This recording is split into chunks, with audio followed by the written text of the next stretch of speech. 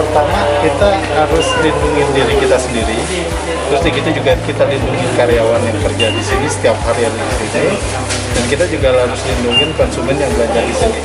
Jadi dari pertama memang isu COVID-19 masuk di Indonesia, kita di Plaza Aceh bisa dibilang langsung otomatis menerapkan protokol yang memang diarahkan oleh waktu itu dari pemerintah pusat.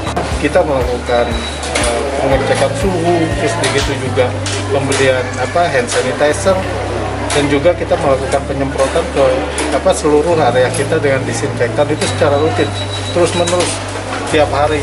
Kedisiplinan kuncinya Pak ya, disiplin ini yang kita lakukan, harapannya adalah pengunjung ini jadi lebih nyaman datang ke tempat kita, karena mereka juga tahu bahwa di sini aturannya memang kita perketat untuk